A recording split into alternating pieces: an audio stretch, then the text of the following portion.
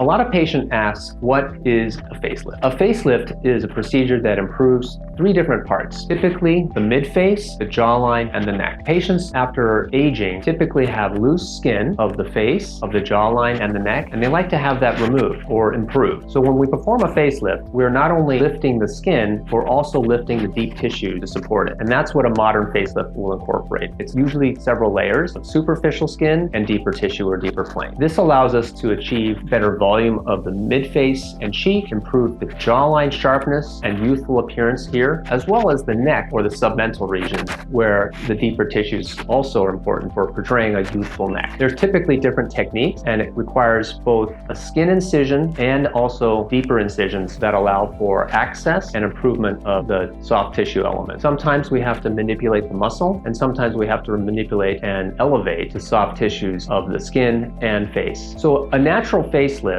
should incorporate several layers, a superficial skin layer and a deeper plane. Years ago in the past, a facelift was only skin only and had a windswept, wind-blown appearance that looked very artificial and not very good.